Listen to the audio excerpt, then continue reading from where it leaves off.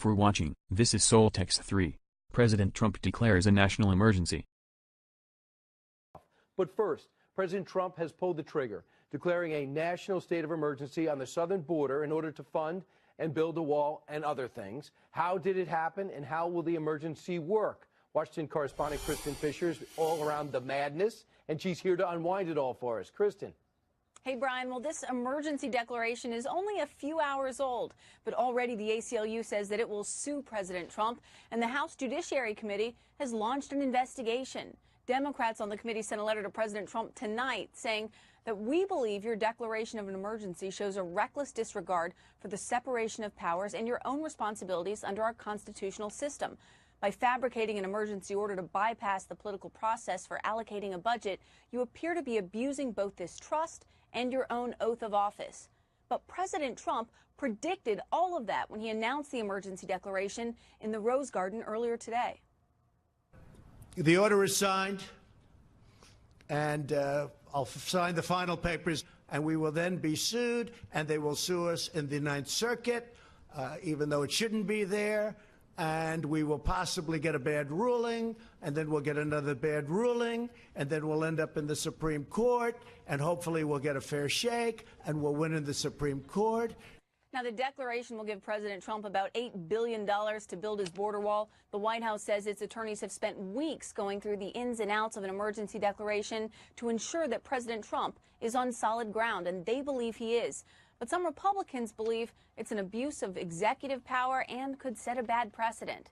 So this is going to be hashed out in court and in Congress for quite some time. But at least Washington has avoided another government shutdown, Brian. That was set to start in just about 4 hours if they hadn't reached a deal. Right. Brian? And I just love the way the president went through that, because he basically outlined what we're going to be covering and how we're going to be covering it over the next year or so. Kristen, thanks so much. He did. Thanks. All right. Meanwhile, the president vowed that his national emergency will get the job done and halt the decades-long crisis at the border.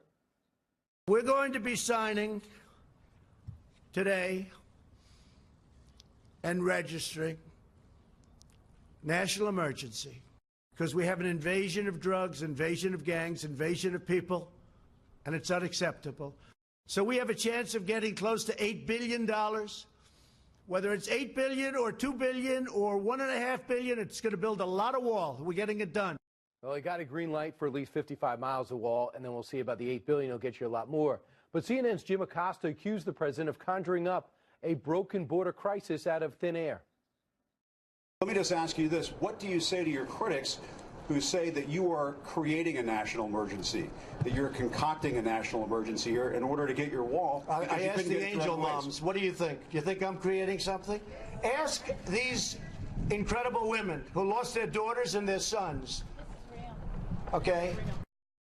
They were there with pictures of their loved ones. What an answer, what a comeback. Why does the president keep calling on him? Well, that's the consensus. The media and of the left, despite millions of illegal immigrants, despite the mess of the border, they think the president made it up. And our border is just fine. The President of the United States is going to declare a national emergency on our southern border. But I have to tell you, it doesn't look like an emergency from where I'm standing. It's not an emergency, what's happening at the border. A national emergency to solve his manufactured crisis. We don't have a national emergency. That's just not true. There is no national emergency. There is no national emergency. Right. There's just simply no emergency there. What are we, stupid? A manufactured emergency. Really? Well, the Migration Policy Institute estimates that 827,000 of the 11 million here illegally are convicted criminals. That's a total of 7%.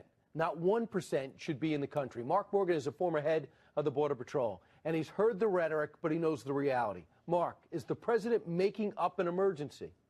Absolutely not. And Brian, this is the part of the frustration for those of us from a law enforcement, border security perspective.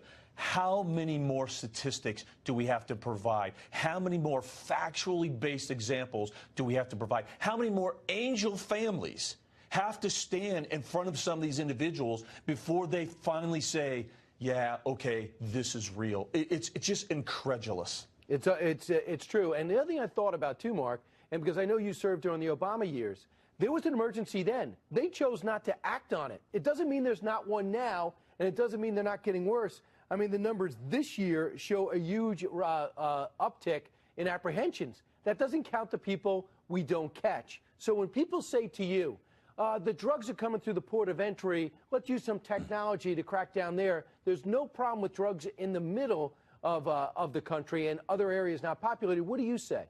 Well, that's right. And a couple of things you hit on, Brian, and you're spot on. So first of all, look at the take right now.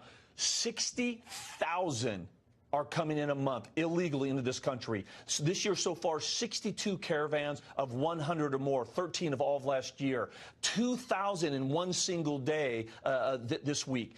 So the numbers are in between the ports. So, you know, it's just amazing, too, because not only did most Democrats not agree, there's a new trend.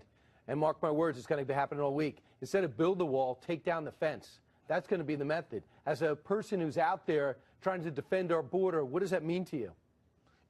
Again, what it means to me is that this is absolutely driven on identity politics. The experts have spoken both on ICE, both on the United States Border Patrol and CBP, and they've told Congress what they need to protect our borders, for the security and safety of this country, Brian. And they have not just ignored it. They have just absolutely discounted everything that they've said. And unfortunately, to me, I've only drawn one conclusion. It's based on identity politics.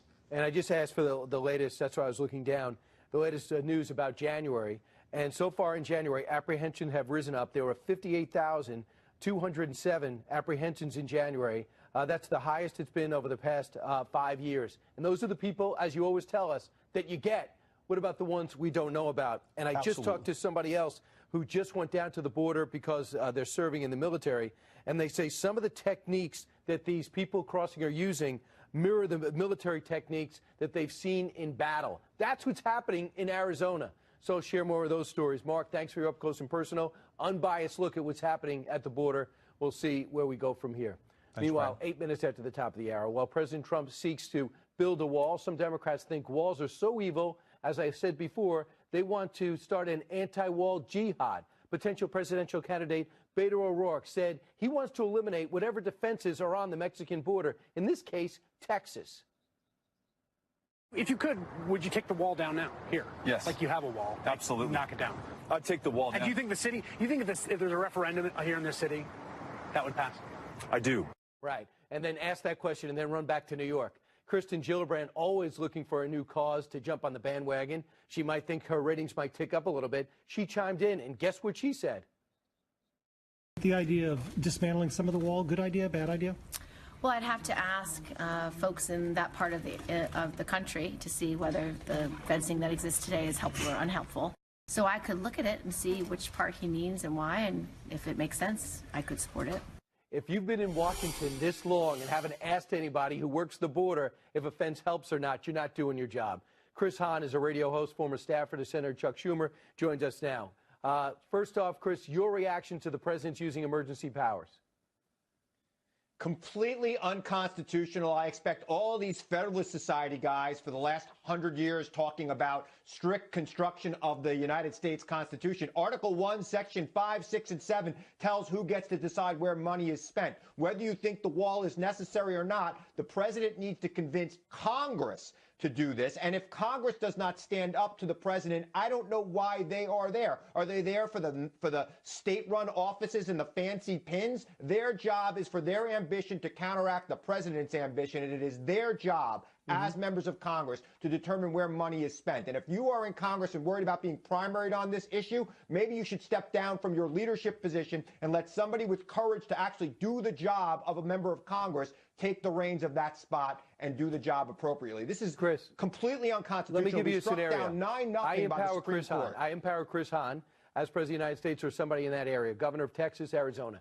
And you see a legitimate problem at the border and no one else, then politics is keeping you from backing up the border and keeping the people safe that you were elected to do.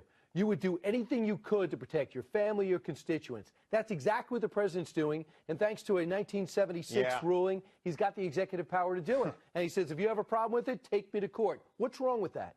Well, look, emergencies you don't get to choose emergencies. Emergencies choose you. This president's been waiting on an emergency for 2 years. Congress didn't see the emergency. If Congress thought this was an emergency when we were debating this over the last 45 days, they would have given him the funding for this. He couldn't convince Congress that there was an emergency, so there must not be an emergency. Plus, border crossings are at a 50-year low, so I don't understand what he's worried about. What is the fear that he's trying to generate? I'll tell you where the emergency is, Brian. Christopher, let me just get a word in. It's really not at a low, because they're at a high. In fact, in January, apprehensions were 58,207, the most over the past 5 years. And CBP announced that agents in the Rio Grande Valley apprehended 1,300 people on Wednesday. Come on. I'm using the president's own statistics from 2018, from his own government. These are the president's statistics. They're at a 50-year low. And the president even Chris, admitted that today I appreciate your passion, but I think you should ask yourself why President Obama wasn't taking more of an urgency, less than you should ask why is President Trump doing it now. This is not about President Obama. This is about the President of the United States violating the Constitution of the United States. We're going to see. He's got $8 billion, and all he wants to do is spend it to keep Chris Hahn safe. Thank you for watching. Don't forget to subscribe and make sure to check out my other videos.